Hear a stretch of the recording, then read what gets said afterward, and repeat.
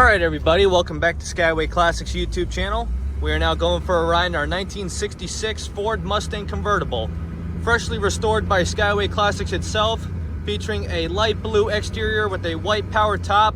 As you can see, we got the old-fashioned Mustang wheels with the newer style hubcaps. Going into the interior now, you can see we had the matching blue on the dash.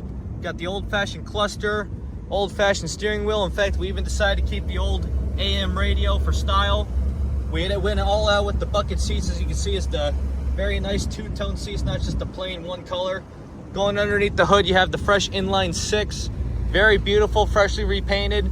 And of course, in a car like this, it's definitely better on gas, definitely safer, not as fast, but still gets you to point A to point B in style. And that's what Mustang was. But as for now, though, we're just gonna get it turned around and up on the lift. So please stay tuned to see the underneath.